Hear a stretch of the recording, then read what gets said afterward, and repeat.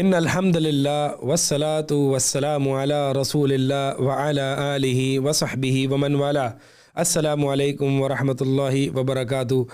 اس episode میں بہت ہی ایک اہم حدیث ہم آپ کے سامنے لے کے حاضر ہوئے ہیں، اور یہ حدیث جو ہے وہ 28 حدیث الحدیث الثامن والعشرون عن العرباض بن ساریہ رضی اللہ تعالی عنہ۔ یہ عرباض بن ساریہ صحابی سے مروی ہے حدیث، فرماتے ہیں کہ وعدنا رسول اللہ صلی اللہ علیہ وسلم موعظۃ، اللہ کے نبی علیہ الصلوۃ والسلام نے ایک ہمیں وصیت کی، ایک نصیحت۔ موعظہ یعنی موعظہ یہ وہ نصیحت ہوتی ہے جس میں ڈراوے کا پہلو ہوتا ہے، جس میں لوگوں کو ایک برائی سے، ایک عذاب سے ڈرانا مقصد ہوتا ہے، اور اس میں جو ہے وہ ایک خوشخبری کا بھی مقصد ہوتا ہے کہ اگر تم نے اس سے ڈر گئے، اس سے بچ گئے تو تمہارے لیے یہ خوشخبری ہے۔ یہ ہے موعظہ۔ قرآن کو بھی اللہ تعالیٰ نے جو ہے وہ موعظہ کہا ہے۔ تو فرماتے ہیں کہ ہمیں نبی علیہ الصلوۃ والسلام نے ایک نصیحت کی۔ ایک اور روایت میں آتا ہے موعظۃ بلیغہ، ایک بلیغ نصیحت کی، ایسی بلیغ اور فصیح نصیحت۔ وجلت یعنی ایک بڑا ہی بلیغ اور شاندار درس دیا اللہ کے نبی علیہ الصلوۃ والسلام کے۔ اس میں کوئی شک نہیں کہ تمام دروس، تمام خطابات ہی بلیغ اور فصیح ہوتے تھے، لیکن بلاغت اور فصاحت میں مختلف درجات ہوتے ہیں۔ یہ جو نبی علیہ الصلوۃ والسلام نے خطاب ارشاد فرمایا، یہ ایک الگ ہی قسم کا ایک بلیغ اور فصیح درس تھا اور لیکچر تھا۔ فرماتے ہیں کہ وجلت منہ القلوب، اس سے ہمارے دل کانپ اٹھے، ایسا درس دیا نبی علیہ الصلوۃ والسلام نے۔ وذرفت منہ العیون، اور اس سے آنکھیں آنسوؤں سے بہہ پڑی۔ فقلنا یا رسول اللہ، تو ہم نے کہا یا رسول اللہ، اے اللہ کے رسول، کأنہا موعظۃ مودع، یا رسول اللہ گویا کہ آپ کے خطاب سے تو ایسا معلوم ہو رہا ہے کہ یہ کوئی الوداعی خطاب ہے، کیونکہ عموماً جو الوداعی خطابات ہوتے ہیں، جو کہ انسان کے آخری خطابات ہوتے ہیں، ان میں ایک سیریسنس ہوتی ہے، ان میں ایک واقعی ایک اخلاص اور ایک سنسیریٹی ہوتی ہے، ان میں ایک واقعی ایک جوش اور جذبہ ہوتا ہے، اور ان میں ایک فصاحت اور بلاغت ہوتی ہے۔ گویا کہ انسان جو ہے وہ چھوٹی چھوٹی نصیحت کر کے جاتا ہے، جیسے کہ اپنے بچوں کو، اپنی اولاد کو مرض الموت میں، کہ بیٹا ایسے کرنا، ایسے نہ کرنا، ایسے کرنا، ایسے نہ کرنا، میں اگر نہیں ہوں تو وہاں چلے جانا، میں اگر یہاں نہیں ہوں تو وہاں جانا، اس کے پاس جانا، اس کے پاس نہیں جانا۔ اس طریقے سے چھوٹی چھوٹی نصیحتیں ایک انسان اپنی اولاد کو کر رہا ہوتا ہے، تو اولاد بھی سمجھ جاتی ہے کہ یہ والد صاحب کی آخری نصیحت ہے۔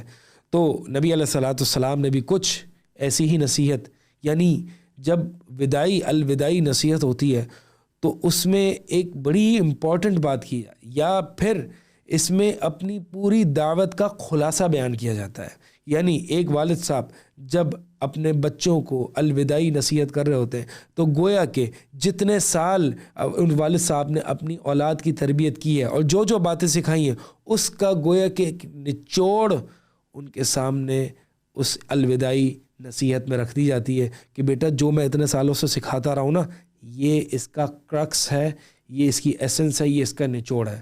تو میں ریمائنڈر کے طور پر یہ بتا رہا ہوں، اگرچہ یہ تمہیں پہلے ہی میں باتیں بتا چکا ہوں۔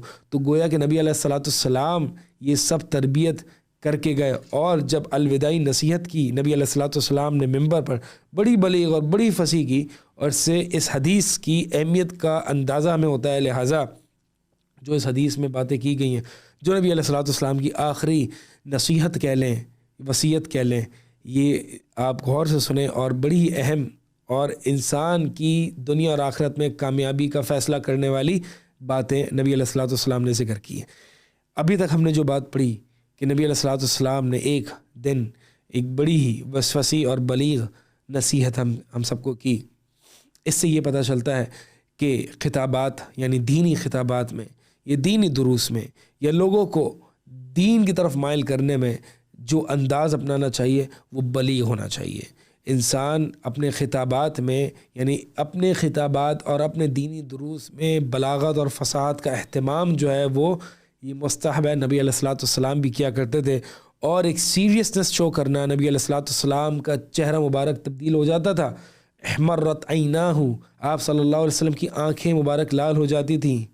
اور واشتد غضبہ، آپ صلی اللہ علیہ وسلم کا غصہ تیز ہو جاتا تھا، جیسے کہ آپ صلی اللہ علیہ وسلم کسی لشکر سے ڈرانے والا ہیں. یعنی ایک سیریسنس نبی علیہ الصلوۃ والسلام کی خطابات سے ایک شو ہوتی تھی.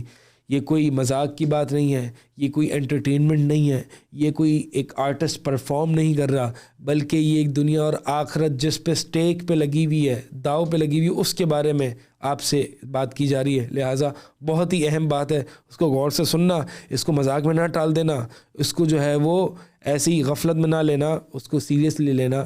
اسی لیے انداز بھی دینی باتوں کا، عموماً آخرت کی معاملات کا، یہ سب انداز نبی علیہ الصلوۃ والسلام جو ہے وہ سیریسلی ہی جو ہے وہ لوگوں کو بتاتے تھے.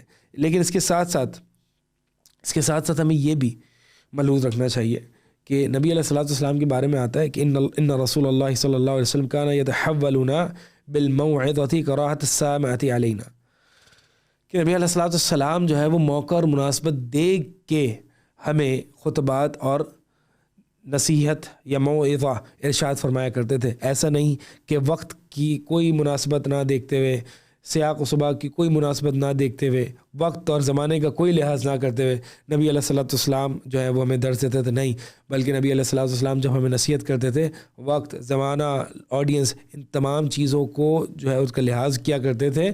اور تاکہ کیوں؟ کراہۃ السامعۃ علینا، تاکہ اس بات سے ڈرتے ہوئے کہ ہم بور نہ ہو جائیں، یعنی ہم بے رغبت نہ ہو جائیں. تو ایک انسان جو کہ دینی نصیحت دوسروں کو کرتا ہے، اس کو چاہیے کہ ان چیزوں کا لحاظ رکھے. کیونکہ اگر وہ ٹائم کا لحاظ نہیں رکھے گا، اگر وہ بس دیتا ہی رہے گا اور یہ نہیں دیکھ رہا کہ آڈینس کس تکلیف میں ہے، یا کوئی بس ہر وقت جو ہے وہ شروع ہو جانا، یا ٹائم بہت زیادہ کھینچ لینا، یہ بھی ساری چیزیں ہیں کہ جو آڈینس کو ایک بور کر دیتی ہیں. تو نبی علیہ الصلوۃ والسلام بلیغ اور فصیح انداز سے ضرور دیا کرتے تھے، لیکن ان تمام چیزوں کا بھی جو ہے وہ لحاظ رکھا کرتے تھے. اور دوسری بات یہ کہ آپ دیکھیں کہ نبی علیہ الصلوۃ والسلام جو میں نے آپ کو بتایا کہ آپ صلی اللہ علیہ وسلم جب بھی خطاب ارشاد فرماتے تو ان بڑے ایک سیریسنس ہوتی تھی ان کے کلام میں، ان کی ایکسپریشنز میں بہت سیریس ہوتے تھے. کوئی ہنسی مذاق اور اس طرح کی کچھ اس طرح نہیں ہوتا تھا. تو جب دین کی اس طرح بات کی جائے، جیسے کہ ایک حدیث میں آتا ہے، اسے جو ہے وہ امام طبرانی جو ہے وہ لائے ہیں اس حدیث کو، اور یہ حدیث جو ہے جابر بن عبداللہ رضی اللہ تعالیٰ عنہ سے فرماتے ہیں کہ کان النبی صلی اللہ علیہ وسلم اذا اتاہ الوحی، کہ نبی علیہ الصلوۃ والسلام جب وحی آتی، یا جب نبی علیہ الصلوۃ والسلام پر وحی آتی، یا پھر او وعظہ، یا پھر آپ صلی اللہ علیہ وسلم کوئی نصیحت کرتے، تو قلت نذیر قوم اتاہم العذاب، تو ہم یہ کہتے کہ آپ صلی اللہ علیہ وسلم یعنی اتنا سیریس ہو جاتے جب وحی آتی اور آپ صلی اللہ علیہ وسلم ہمیں نصیحت کرتے، تو اتنا سیریس ہو جاتے کہ ایسا لگتا ہے کہ یہ آپ صلی اللہ علیہ وسلم جو ہیں وہ اس قوم کے، یعنی قوم کو ڈرانے والے ہیں اس عذاب سے جو بھی آنے والا ہے، یعنی اس عذاب سے ڈرانے والے، ڈر جاؤ لوگوں، ڈر جاؤ. یہ ایک سیریسنس ہوتی تھی. فَإِذَا ذَهَبَ عَنْهُ ذَلِكَ، یعنی جب اس کیفیت میں نہیں ہوتے، یعنی نبی علیہ الصلوۃ والسلام جب اس طرح کے خطاب ارشاد نہیں فرما رہے ہوتے تھے، یا وہی نازل نہیں ہوتی، یعنی جب یہ کیفیت نہیں ہوتی تھی، رَأَيْتُ أَطْلَقَ النَّاسِ وَجْهًا وَأَكْثَرُهُمْ ضَحِكًا وَأَحْسَنُهُمْ بِشْرًا، کہ نبی علیہ الصلوۃ والسلام یعنی جب کتاب کا موقع نہیں ہوتا، درس دروس کا موقع نہیں ہوتا، علم و تعلم کا موقع نہیں ہوتا، تو میں نبی علیہ الصلوۃ والسلام کو لوگوں میں سب سے زیادہ ان کا جو ہے وہ کشادہ چہرے والا پاتا، اور اکثرہم ضحکن، اور سب سے زیادہ مسکرانے والا پاتا، اور واحسنہم بشرن، اللہ کے نبی علیہ الصلوۃ والسلام سب سے ایک کھلے چہرے کے ساتھ، کندھا پیشانی کے ساتھ جو ہے وہ ملنے والے لوگوں میں سے تھے. یعنی جب لوگوں سے عام معاملات میں ملے تو وہاں پر جو ہے وہ اس طرح نہیں غصے والی حالت اور سیریسنس نہیں، وہاں پہ لوگوں سے ان کو اپنی طرف مائل کریں، ان کو اپنے آپ سے جوڑیں، ان سے اچھا برتاؤ کریں اور مسکراتے رہیں، یہ سارے معاملات ہیں. لیکن جب خطابات کا وقت آتا، تذکیر کا وقت آتا، تو پھر اللہ کے نبی علیہ الصلوۃ والسلام جو ہے وہ سیریس ہوتے تھے. صحابہ فرماتے ہیں کہ ارباض بن ساریہ فرماتے ہیں کہ نبی علیہ الصلوۃ والسلام نے ایسا خطبہ ارشاد فرمایا کہ جس سے ہمارے دل کانپ اٹھے اور ہماری آنکھیں بہہ پڑی. گویا کہ یہ صحابہ کا حال ہوا کرتا تھا رضی اللہ تعالی عنہم اجمعین. یہ صحابہ کا حال ہوا کرتا تھا کہ جب وہ کوئی نصیحت سنتے آپ صلی اللہ علیہ وسلم سے، اور یہ بھی صحابہ یعنی اللہ تعالیٰ نے جو قرآن میں ایک مومنون کی صفات ذکر کی، انما المؤمنون اذا ذکر اللہ وجلت قلوبهم واذا تلیت علیہم آیاتنا زادتهم ایمانا وَإِذَا تُلِيَتْ عَلَيْهِمْ آيَاتُهُ زَادَتْهُمْ إِيمَانًا إِنَّمَا الْمُؤْمِنُونَ الَّذِينَ إِذَا ذُكِرَ اللَّهُ وَجَلَتْ قُلُوبُهُمْ. مومن تو وہ ہیں کہ جب اللہ کا ذکر ان کے سامنے کیا جاتا تو ان کے دل کانپ اٹھتے. وَإِذَا تُلِيَتْ عَلَيْهِمْ آيَاتُهُ زَادَتْهُمْ إِيمَانًا، اور جب اللہ کی آیات، قرآن کی آیات پڑھی جاتی تو ان کا ایمان مزید بڑھ جاتا. تو یہ ایک مومن جو ہوتا ہے، اب میں ایک امپورٹنٹ بات کرنے والا ہوں، اس کو ذرا غور سے سنیے گا. ایک جو مومن ہوتا ہے نا، اللہ تعالیٰ نے آپ دیکھیں جہاں کہیں بھی قرآن اور حدیث میں ہمیں ذکر آیا ہے کہ جب مومن نصیحت کو سنتا ہے یا قرآن حدیث کی بات کو سنتا ہے تو وہ بڑا غور سے سننے والا ہوتا ہے. اس کو آپ کمپیئر کیجئے کہ آج کل جو ہم سچویشن دیکھتے ہیں، آج کل بہت سے لوگوں کو ہم یہ سنتے ہوئے دیکھتے ہیں کہ یار وہ عالم جو ہے نا وہ بڑا بورنگ ہے، وہ ہمیں اس کی بات سمجھ میں نہیں آتی. اچھا وہ عالم یار وہ جو ہے نا سلا دیتا ہے، اب وہ اس کی تو فیشل ایکسپریشنز ہی نہیں ہے یار، وہ پتہ نہیں اتنی گاڑی اردو بولتا ہے ہمیں سمجھ میں نہیں آتی، وہ تو جو ہے بہت بورنگ ہے. اب وہ تو آج کل کے زمانے سے بات ہی نہیں کرتا، انہیں پتہ ہی نہیں آج کل کے چیلنجز کیا ہے. اب یہ جو ہم کلام سنتے ہیں نا، اب دیکھیں قرآن اور حدیث میں اللہ تعالیٰ نے مومن کی صفات میں سے یہ ذکر کیا ہے کہ یہ جو سننے والے ہوتے ہیں نا، یعنی ریسیور اینڈ سے ذکر کیا ہے کہ یہ ایک مومن ہی ہوتا ہے کہ جو ہر جگہ سے اپنی نصیحت لے کے ایبزارب کر لیتا ہے. اب وہ یہ نہیں دیکھتا کہ یہ کہنے والا کون ہے. ان فی ذلک لذکری لمن کان لہ قلب او القی السمع وہو شہید. سورہ قاف میں اللہ تعالیٰ نے فرمایا ان تمام چیزوں میں جو قرآن کی آیات ہیں، ان تمام آیات میں ان کے لیے نشانی ہے. لمن کان لہ قلب، ان کے لیے نصیحت ہے. کن لوگوں کے لیے نصیحت ہے؟ کہ جو نصیحت کرنے والے ان کو اچھے طریقے سے درس دیتے ہیں، ان کو بور نہیں کرتے، نہیں، بلکہ اللہ تعالیٰ نے جو ریسیور اینڈ ہے نا، جو سن رہا ہے، جو لسنر ہے، اس کے اعتبار سے رکھ کے کہا کہ بھائی اصل مسئلہ تیرے دل کا ہے. اگر تجھے سمجھ نہیں آ رہی تو دل میں مسئلہ ہے. اگر تجھے علماء کی باتیں بورنگ لگ رہی ہیں تو تیرے اندر مسئلہ ہے. ٹھیک ہے؟ تو وَإِذَا تُلِيَتْ عَلَيْهِمْ آيَاتُهُ زَادَتْهُمْ إِيمَانًا وَإِذَا ذُكِرَ اللَّهُ وَجَلَتْ قُلُوبُهُمْ. یعنی جب اللہ کا ذکر کیا جاتا ہے تو ان کا دل کانپتے ہیں. اب یہ کہیں بھی ذکر نہیں ہے کہ یہ جو کرنے والے ہوتے ہیں وہ کرتے ہی اس نوعیت سے ہیں کہ ان کے دل ہل جاتے، نہیں، یہ کہیں بھی نہیں ہے. قرآن حدیث میں ہمیشہ لسنر کے اعتبار سے ایسپیکٹ سے بات کی گئی ہے کہ بھائی اصل مسئلہ یہ ہے. اب جو ایک مومن ہوتا ہے نا، اور جو اللہ اور اس کے رسول سے ڈرنے والا ہوتا ہے، وہ جو ہوتا ہے وہ کہیں سے بھی اللہ اور اس کے رسول کی بات آ رہی ہو اس کو ایبزارب کرنے والا ہوتا ہے. یہ ایبزارب کرنا جانتا ہے، وہ اس پر عمل کرنا جانتا ہے. وہ یہ نہیں دیکھتا، کیونکہ اصل میں جو میسج ہے دس از امپورٹنٹ. جو بتا رہا ہے وہ اتنا امپورٹنٹ نہ بھی ہو، لیکن جو میسج ہے یہ امپورٹنٹ ہے. اسی لیے بعض سلف کہتے تھے کہ ہم کچھ لوگوں سے حدیث سنتے اور یہ حدیث ہم نے اتنی پہلے سنی ہوئی ہے، یعنی اتنے ٹائم سے سنتے آ رہے ہیں جب یہ پیدا بھی نہیں ہوئے تھے، یعنی اتنے پہلے سے ہم نے یہ حدیث سنی ہوئی ہے جو ابھی یہ سنا رہے ہیں. لیکن ہم جب وہ حدیث سنا رہے ہوتے نا تو ہم کان کھول کے اور بالکل اٹینٹیولی بیٹھ کے سنتے تھے، کیونکہ بات ہی نہیں ہے کہ ہم نے کتنی پہلے سنی ہوئی ہے اور یہ تو ہمیں وہی چیز سنا رہے جو ہم نے سنی ہوئی ہے. بات یہ ہے کہ کلام کس کا ہے، بات یہ ہے کہ نبی کی حدیث ہے صلی اللہ علیہ وسلم. تو نبی صلی اللہ علیہ وسلم کو جب بھی نام آ جائے، اللہ کا نام آ جائے، بس اٹینٹیولی. یہ نہیں دیکھا جاتا کیسے بیان کیا جا رہا ہے، کیا سٹائل ہے، کیا ایکسپریشن ہے، یار یہ تو ہم نے پہلے سنی ہوئی ہے، یار یہ تو بار بار ریپیٹڈلی یہ چیز آ رہی ہے. نہیں، یہ اٹینٹیولی. سلف جو ہے کہتے ہیں یہ تو حدیث ہے ہم نے بہت پہلے سے سنی ہوئی ہوتی تھی، لیکن ہم سنتے ایسے تھے جیسے کہ ہم پہلی دفعہ سن رہے ہیں. کیوں؟ کیونکہ یہ کلام میرے نبی کا ہے صلی اللہ علیہ وسلم. جتنی دفعہ بھی سن لیں ہمیں لذت ملتی ہے. تو ایک مومن جو ہوتا ہے وہ اس چیز کو نہیں دیکھتا کہ بیان کرنے والا کیسا ہے. ٹھیک ہے، بیان کرنے والا از امپورٹنٹ، خطاب دینے والا امپورٹنٹ ہے، اس کے ایکسپریشنز امپورٹنٹ ہے، اس کی بلاغت اور فصاحت امپورٹنٹ ہے، جیسے کہ میں نے بھی بیان کی. لیکن اگر کسی شخص میں یہ چیزیں نہیں پائی جاتی ہوں، اس کا قرآن حدیث کا میسج صرف اس بنیاد پر چھوڑ دینا یہ نا انصافی ہے، یہ ظلم ہے. یہ کہیں بھی اس طرح سے جو ہے وہ، بلکہ ایک مومن ہوتا ہے وہ اپنی بات کہیں سے بھی ایبزارب کر لیتا ہے. اور اصل میں دا ریسیونگ اینڈ، یہ دس از امپورٹنٹ کہ how you take it, how you listen to it, this is not as important کہ وہ بیان کیسے کر رہا ہے. بٹ یا تو پھر آپ پھر اس شخصیت سے یعنی اصل the message, the crux of the message is important. اگر رسول اللہ صلی اللہ علیہ وسلم اور اللہ کا قرآن ہے تو پھر اوکے، جہاں سے بھی آئے گا انشاءاللہ ہم لیں گے، اور ایسے لیں گے جیسے کہ پہلی دفعہ لے رہے ہیں، اور اس پہ ایکسپریشنز نہ بھی ہوں، دس وونٹ بادر اس، لیکن ہمیں جو ہے وہ لینا ہے انشاءاللہ.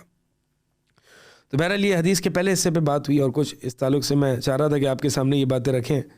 اب جو نصیحت ہے وہ کیا ہے وہ سنیں. جو آخری نصیحت جس کے بارے میں صحابہ نے فرمایا کہ گویا کہ ایسا لگ رہا ہے کہ یا رسول اللہ آپ جو ہیں وہ کوئی آخری مرتبہ میں الوداعی نصیحت کر رہے ہیں. کیا کہا؟ یا رسول اللہ، حدیث پہ آتے ہیں ہم. فقلنا یا رسول اللہ، صحابہ فرماتے ہیں کہ یا رسول اللہ، اے اللہ کے رسول، کأنہا موعظۃ مودع، یا رسول اللہ گویا کہ ایسا لگ رہا ہے کہ یہ کوئی الوداعی نصیحت کر رہے ہیں آپ، اور اس کے بعد ہمیں آپ سے کچھ سننے کا موقع نہیں ملے گا. فاوصنا، تو یا رسول اللہ کچھ آخری وصیتیں، بڑی امپورٹنٹ باتیں کر دیں، اور اس جامع نصیحت ہو جائے کہ اس کے یعنی بالکل آپ الوداعی نصیحت ہو. کیا ہوگی وہ؟ فاوصنا، یا رسول اللہ ہمیں نصیحت کر دی. اب کتنے صحابہ جو ہیں، اب دیکھیں ایک نصیحت کے بعد بھی رسول اللہ صلی اللہ علیہ وسلم سے آخری وصیت طلب کر رہے ہیں. کیا؟ اوصیکم بتقوی اللہ، اللہ کے نبی علیہ السلام نے جو پہلی وصیت کی جامع، اوصیکم، میں تمہیں وصیت کرتا ہوں، نصیحت کرتا ہوں اللہ کے تقوی کی. اللہ کا تقوی کیا ہے یہ سابقہ احادیث میں بھی پڑھ چکے ہیں. اللہ کے تقوی کی، اللہ سے ڈر کی میں تمہیں وصیت کرتا ہوں. والسمع والطاعہ، اور اطاعت اور فرمانبرداری کی. کس چیز کی اطاعت اور فرمانبرداری؟ یعنی آگے آ رہا ہے وَإِن تَعَمَّرَ عَلَيْكُمْ عَبْدٌ، اگرچہ تم پر اتھارٹی میں، تم پر بطور حاکم کوئی ایک غلامی کیوں نہ آ جائے. دیگر احادیث میں حبشیون بھی ذکر ہے، یعنی ایک حبشی غلام بھی کیوں نہ تمہارے اتھارٹی میں آ جائے. تم نے جو معروف باتیں ہیں، جو کہ صحیح باتیں ہیں، جو کہ دین کے مخالف نہیں ہیں، ان معاملات میں اس کی سماع اطاعت کرنی ہے. بغاوت نہیں کرنی، خروج نہیں کرنا، کیونکہ خروج سے فتنہ ظاہر ہوتا ہے. خروج نہ کرنا دیگر احادیث میں آتا ہے یہاں تک کہ تم کفر بواح، یعنی کلیئر کفر نہ دیکھ لو، کفر کی بات. یا ایک اور روایت میں آتا ہے کہ جب تک کہ وہ نماز تمہارے اندر قائم، نماز کا رواج رکھتے ہیں، نماز قائم کرتے ہیں، تب تک کہ تم نے ان کے خلاف بغاوت نہیں کرنی. آج کل ہم دیکھتے ہیں بڑا تحریکی ایک ذہن ہوتا ہے، ایک نیا کچھ جوش آتا ہے دین کا کسی شخص میں، وہ دیندار ہونا، پریکٹسنگ ہونا شروع ہوتا ہے، اور بس وہ چاہتا ہے کہ بس دنیا بدل دوں اور میں انقلاب لے آؤں لمحہ بھر میں، بس میں تحریک کھڑی کر دوں، حکمرانوں کو سائڈ پہ کر دوں، اور یہ جو حکمران ہیں اور ایسے ہیں اور ویسے ہیں، اور بغاوت کھڑی کر دوں، خروج کرنا شروع کر دوں. یہی لا علمی جو ہے نا، یہ دین کا جذبہ ہے، اچھی بات ہے، لیکن یہ لا علمی ہے جس کی وجہ سے یہ بات کر رہا ہے. خوارج جو تھے، خوارج بھی یہی کرتے تھے. خوارج کے پاس سنسیریٹی بہت تھی، اخلاص بہت تھا، دین کی غیرت بہت تھی. اسی لیے نبی علیہ السلام نے ایک موقع پر صحابہ سے کہا کہ اے صحابہ، تم خوارج کے سامنے اپنی نمازوں کو ہلکا سمجھو گے. یعنی صحابہ کی نماز کیسی ہوتی تھی، اب تم اپنی نمازوں کو ہلکا سمجھو گے خوارج کے سامنے. ان کی تلاوت بھی ایسی ہوگی، یعنی بڑے مخلص قسم کے لوگ ہوں گے، لیکن لا علمی ان کو ڈوب لے گی، ان کو ڈبا دے گی، کیونکہ لا علمی ہے. لا علمی میں اسی طرح کی جہالت اور حکمرانوں کے خلاف بغاوت کرنا اور فسادات کرنا. نبی علیہ السلام نے فرمایا کہ اگرچہ ایسا حاکم بھی تم پر مقرر کیوں نہ ہو جائے، جب تک کہ نماز قائم کروا رہا ہے، جب تک کہ نماز سے نہیں روک رہا، نماز کا نظام قائم کیا ہوا ہے، کفر بوا نہیں دیکھ لو، تو تب تک تم بغاوت نہ کرنا. اہل علم فرماتے ہیں کہ دوسری شرط یہ ہے کہ اگرچہ کفر بواح یعنی کلیئر کٹ کفر حکمران سے دیکھ بھی لیا جائے، دوسری شرط یہ ہے کہ قدرت اور طاقت بھی ہو اور خون خرابہ اور فساد زیادہ نہ ہو. تو پھر جو ہے وہ اگر یعنی قدرت طاقت بھی ہو خروج کرنے کی اور زیادہ فساد بھی برپا نہ ہو تو پھر خروج کیا جا سکے گا. ورنہ اگر کفر بواح بھی ہو جائے اور یعنی وہ بھی دیکھ لیا جائے لیکن طاقت اور قدرت نہیں ہے، طاقت اور قدرت شرط ہے، اگر یہ قدرت نہیں ہے، طاقت نہیں ہے اور فساد کا اندیشہ ہے تو پھر خروج نہیں کیا جائے گا. تو نبی علیہ السلام نے دیکھیں آخری وقت یہ وصیت کی. کتنی امپورٹنٹ وصیت ہے. اس وصیت پہ بہت سے لوگ پیرا عمل نہیں ہیں. بہت سے لوگ بس کہتے ہیں کہ ہم ایک لمحے میں خلافت کا نظام قائم کر دیں, حکومت کو ختم کر دیں, حکومت یہ ہے اور وہ ہے, اور بس ایک طریقے سے نبی علیہ الصلوۃ والسلام کو کیا پاور آفر نہیں ہوئی. نبی علیہ الصلوۃ والسلام کو مکی دور میں کہا ہم آپ بتائیں, ہم آپ کے سامنے یہ رکھ دیں گے, وہ کرو. کفار مکہ نے اتھارٹی آفر کی. نبی علیہ الصلوۃ والسلام نے فرمایا نہیں, جب تک کہ یہ میں پاور نہیں لوں گا. یعنی نبی علیہ الصلوۃ والسلام یہ سوچ سکتے تھے کہ ایک دفعہ میں حاکم بن جاؤں, پھر میں زمانہ میں حالات تبدیل کر دوں گا اور پھر میں سب کو قرآن و سنت پہ لے آؤں گا. نہیں, نبی علیہ الصلوۃ والسلام نے فرمایا کہ پہلے 13 سال مکی دور میں نبی علیہ الصلوۃ والسلام نے لوگوں کی تربیت توحید پہ کی ہے, توحید پر. دین تو ہو, لوگوں کے اندر دین تو آئے. لوگوں کے اندر دین نہیں ہے, ہم چاہتے ہیں کہ ہم زبردستی لوگوں کے اندر دین گھسیڑ دیں اور بس جو ہے وہ اسلامی نظام نافذ کر دیں. مجھے بتائیں, اگر اسلامی نظام مثال کے طور پر ایک اسلامی جماعت حاکم بطور حاکم آ جاتی ہے اور اسلامی رولنگ یعنی اسلامی حکومت نافذ کرنے کی بات آتی ہے, کس پہ نافذ ہوگی؟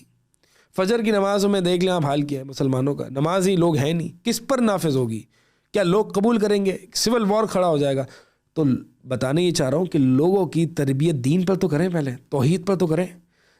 آہستہ آہستہ توحید پر تربیت ہوگی, دین پر تربیت ہوگی, دین کی غیرت آئے گی, ایمان ہوگا, پھر اللہ تعالیٰ مناسب سمجھے گا تو اسلامی ریاست دے گا. اس وقت ہمیں اس کی بھاگ دوڑ کی, یعنی change doesn't come from top to down, it comes from down to up. یعنی ہم چاہتے ہیں کہ چینج فوراً آئے اور حکومتی سطح سے مسلط کیا جائے لوگوں پر. یہ چینج نبی علیہ الصلوۃ والسلام کا منہج نہیں ہے, طریقہ یہ نہیں ہے. نبی علیہ الصلوۃ والسلام نے جو تبدیلی لی ہے, ابو بکر کو ایک ایک کر کے دعوت دے رہے ہیں, مہاجرین انصار آ رہے ہیں, ایک ایک کر کے سب کو دعوت دے رہے ہیں لا الہ الا اللہ کی. جب دیکھا بہت سے لوگ مسلمان ہو گئے, پھر ہجرت کی اور اسلامی ریاست قائم ہوئی ہے. تو یعنی نیچے سے ڈاؤن ٹو ٹاپ اپروچ ہے نا, یہ تبدیلی کی صحیح ہے. شیئن فشیئن, سلائٹلی چینجز, لوگوں کی تربیت کرتے رہیں. نہیں دیکھیں گے اپنی زندگی میں تبدیلی, کوئی مسئلہ نہیں. نبی علیہ الصلوۃ والسلام نے کتنی فتوحات دیکھی اپنی زندگی میں؟ نہیں دیکھی. جو دور خلافت میں فتوحات ہوئیں, جو دین پھیلا اتنا, جو آج پھیل گیا اتنا, کیا نبی علیہ الصلوۃ والسلام نے اپنی زندگی میں دیکھا؟ نہیں دیکھا. اگر آپ کو ریزلٹس اور فروٹس نہیں ملتے اپنی زندگی میں, کوئی مسئلہ نہیں, نبی علیہ الصلوۃ والسلام کو بھی نہیں ملے تھے. ایسے نہیں ملے تھے جیسے کہ خلافت راشدہ میں ملے.